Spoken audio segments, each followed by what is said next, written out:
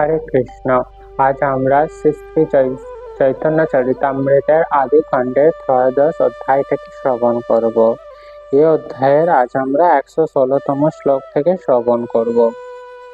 এই শ্লোকে বলেছেন, সর্বাঙ্গ সুনির্মাণ সুবর্ণ প্রতিমাভান সর্বাঙ্গ সুলক্ষণমান বালকের দিব্য জ্যোতি দেখি পাইল বহু প্রীতি বাৎসল্যতে দ্রবিল হৃদয়। শিশুটির প্রতিটি অঙ্গ সুন্দরভাবে গঠিত, সর্বাঙ্গ সুলক্ষণ যুক্ত এবং তার অঙ্গকান্তি তপ্ত কাঞ্চনের মতো, ঠিক যেন একটি সোনার প্রতিমা। সেই জ্যোতির্ময় শিশুটিকে দেখে সীতা ঠাকুরানী অত্যন্ত আনন্দিত হলেন এবং বাৎসল্য রসে পূর্ণ হয়ে তার হৃদয় দ্রবীভূত হলো। অর্থাৎ চৈতন্য মহাপ্রভুর রূপ এতই সুন্দর যে তাকে দেখে সীতা ঠাকুরানী অর্থাৎ অদ্বৈত আচার্যের পত্নীর বাৎসল্য প্রেম উদিত হলো। পরবর্তী শ্লোক, দুর্বাধান্য দিল শীর্ষে কইল বহু আশিসে চিরজীবী হও দুই ভাই ডাকিনী শাকিনী হইতে সংখ্যা উপজিল ছিতে ডরে নাম থইল নিমাই। তিনি শিশুটির মস্তকে ধান দুর্বা দিয়ে আশীর্বাদ করে বললেন, তোমরা দুই ভাই চিরজীবী হও। ডাকিনী ও শাকিনী এই শিশুটির কোনো অনিষ্ট করতে না পারে বলে মনে ভয় পেয়ে শিশুটির নাম রাখলেন নিমাই। অর্থাৎ কি, নিমাই নাম কেন রাখলেন? ডাকিনী এবং শাকিনী এই যাতে শিশুর কোনো ক্ষতি না করতে পারে সেই কারণে নিমাই নাম রেখেছিলেন। পুত্র মাতা স্নান দিনে ছিল বস্ত্র বিভূষণে পুত্র সহ মিশ্রের সম্মান শচী মিশ্রের পুত্রা লইয়া মনেতে হরিষ হইয়া ঘরে আইল সীতা ঠাকুরা। যেই দিন মাতা ও পুত্র স্নান করে সূতিকা গৃহ ত্যাগ করলেন, সেই দিন সীতা ঠাকুরানী তাদের নানা রকম বস্ত্র ও অলঙ্কার দান করেছিলেন এবং জগন্নাথ মিশ্রকে সম্মান প্রদর্শন করেছিলেন। তারপর সচিমাতা ও জগন্নাথ মিশ্র পূজা করে অত্যন্ত আনন্দিত চিত্তে তিনি ঘরে ফিরে গিয়েছিলেন।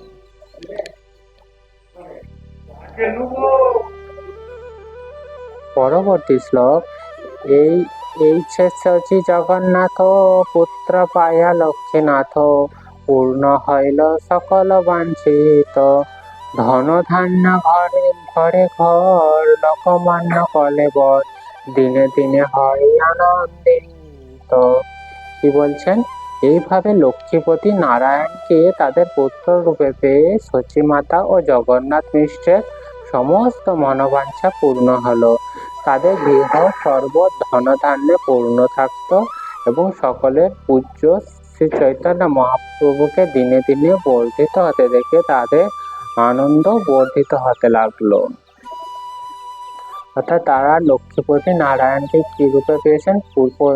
পুত্র রূপে। আর এই পুত্র রূপে পাওয়ার ফলে কি হয়েছে? তাদের সমস্ত মনোবাঞ্ছা, তাদের যা ইচ্ছা, সমস্ত কিছু মনের ইচ্ছা অতি সহজেই পূরণ হয়ে গেল এবং তাদের গৃহ সর্বদাই ধন ও ধান্য অর্থাৎ খাদ্য বস্ত্রের কোনো প্রকার অসুবিধা হলো না এবং সকলে পূজ্য শ্রী চৈতন্য মহাপ্রভুকে দিনে দিনে বর্ধিত হতে দেখে। অর্থাৎ দিনে দিনে যখন চৈতন্য মহাপ্রভু ধীরে ধীরে বড় হয়ে উঠছে, তার সেই চৈতন্য মহাপ্রভুকে দেখে কি হলো? তাদের আনন্দ বর্ধিত হতে লাগলো, আনন্দের সীমা রইল না। শ্লোক সংখ্যা 120। মিশ্র বৈষ্ণব শান্ত অলম্পট শুদ্ধ দান্ত ধনভোগে নাই অভিমান পুত্রের প্রভাবে যত ধন আসি মিলে তত বিষ্ণুপ্রীতে দ্বিজে করে দান। জগন্নাথ মিশ্র কি ছিলেন? জগন্নাথ মিশ্র ছিলেন একজন আদর্শ বৈষ্ণব। আর এই আদর্শ বৈষ্ণবের কি কি গুণাবলী থাকা উচিত সেটি সমস্ত কিছুই হচ্ছে জগন্নাথ মিশ্রের মধ্যে লক্ষণ করা যায়। যেমন তিনি কি ছিলেন? তিনি শান্ত, সংযত, শুদ্ধ এবং দান্ত। তিনি জড় ঐশ্বর্য ভোগ করার কোনো বাসনা ছিলেন না। অর্থাৎ চৈতন্য মহাপ্রভুকে লাভ করার কৃপার ফলে তিনি বিভিন্ন প্রকার ধন সম্পদ অতি সহজেই লাভ করেছিলেন, কিন্তু জগন্নাথ মিশ্র ছিল সমস্ত কিছু থেকে নিস্পৃহ। অর্থাৎ তিনি এই সমস্ত ধন সম্পদ ভোগ করার কোনো পিপাসাই তার মধ্যে ছিল না। তার অপ্রাকৃত পুত্রের প্রভাবে যা কিছু ধন সম্পদ আসতো, অর্থাৎ ধন সম্পদ কি কারণে আসতো? চৈতন্য মহাপ্রভু যিনি স্বয়ং ভগবান, তার কৃপার ফলে কি যে ধন সম্পদ আসতো তার সবই তিনি বিষ্ণুর সন্তুষ্টি বিধানে, অর্থাৎ যা কিছু পেত সেটি ভগবান শ্রীকৃষ্ণ বা বিষ্ণুর সন্তুষ্টি বিধানের জন্য ব্রাহ্মণদের বা দরিদ্রদের বা সকলকে সমানভাবে দান করত। লগ্নগণী হর্ষমতী নীলাম্বর চক্রবর্তী গুপ্তে কিছু কহিল মিশ্রে, মহাপুরুষের চিহ্ন লগ্নে অঙ্গে ভিন্ন ভিন্ন, দেখিয়ে তারিব সংসার। চৈতন্য মহাপ্রভু জন্মলগ্ন বিচার করে নীলাম্বর চক্রবর্তী গোপনে জগন্নাথ মিশ্রকে বললেন যে শিশুর জন্মলগ্নে এবং দেহে মহাপুরুষের সমস্ত লক্ষণ দেখা যাচ্ছে। অর্থাৎ কে বলছেন? নীলাম্বর চক্রবর্তী। নীলাম্বর চক্রবর্তী কে ছিলেন? চৈতন্য মহাপ্রভুর হচ্ছে মামা দাদু। তো তিনি কি দেখলেন? শিশুর হচ্ছে সমস্ত জন্মলগ্ন এবং তার দেহে বিভিন্ন মহাপুরুষের সমস্ত লক্ষণ তিনি লক্ষ্য করলেন।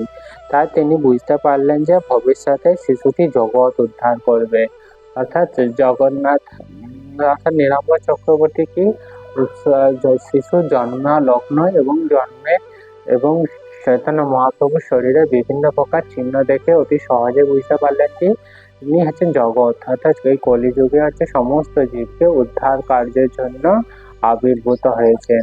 আর তাই আমরা দেখতে পাই কি চৈতন্য মহাপ্রভু পরবর্তীকালে হচ্ছে নাম সংকীর্তন প্রচার করেন। আর এই নাম সংকীর্তনে যারাই অংশগ্রহণ করবে, যারাই ভগবানের দিব্য নাম করবে, তারা সকলেই এই কলিযুগে উদ্ধার পাবে। এটি হচ্ছে অত্যন্ত সহজতর এবং সহজতম পন্থা।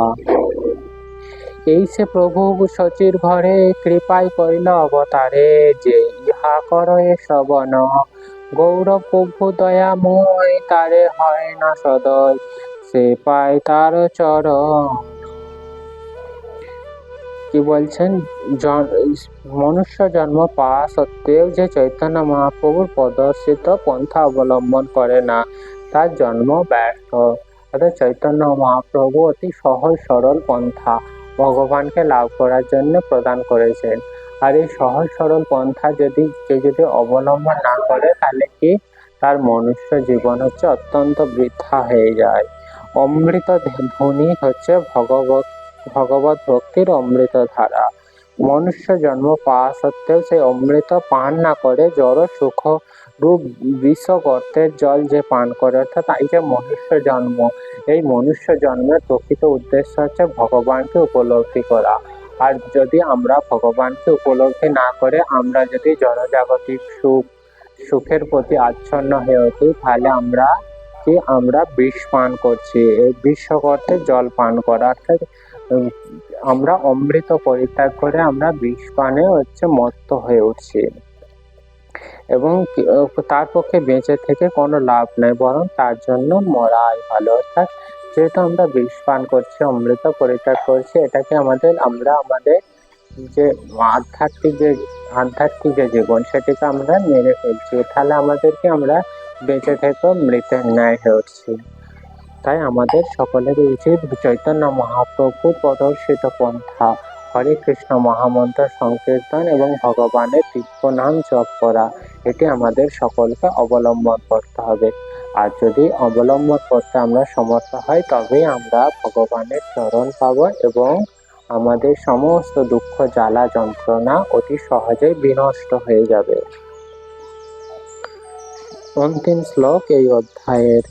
শ্রী চৈতন্য নিত্যানন্দ আচার্য অদ্বৈত চন্দ্র স্বরূপ রূপ রঘুনাথ দাস, ইহার সবার চরণ শিরে বন্দে নিজ ধান, জন্মলীলা গাইল কৃষ্ণ দাস। কি বলছেন? আমার নিজ ধন শ্রী চৈতন্য মহাপ্রভু, নিত্যানন্দ প্রভু, অদ্বৈত আচার্য স্বরূপ দামোদর, রূপ গোস্বামী, রঘুনাথ দাস গোস্বামী শ্রী পাদ পদ্ম আমার মস্তকে ধারণ করে আমি কৃষ্ণদাস কবিরাজ গোস্বামী চৈতন্য মহাপ্রভুর জন্মলীলা বর্ণনা করলেন। অর্থাৎ তিনি সর্বদাই হচ্ছেন কৃষ্ণদাস কবিরাজ, হচ্ছে চৈতন্য মহাপ্রভু, নিত্যানন্দ, অদ্বৈত আচার্য স্বরূপ, রূপ, রঘুনাথ দাস, এনাদের হচ্ছে চরণ, এনাদের শ্রীপাদ পদ্ম আমার মস্তকে ধারণ করে, অর্থাৎ এনাদের আশীর্বাদ প্রাপ্ত লাভ করে আমি কৃষ্ণদাস শ্রী চৈতন্য মহাপ্রভুর জন্মলীলা বর্ণনা করলেন। এখানে বিশ্রাম, পরবর্তী দিন আমরা পরবর্তী শ্লোক সম্পর্কে শ্রবণ করব। হরে কৃষ্ণ, হরি বল।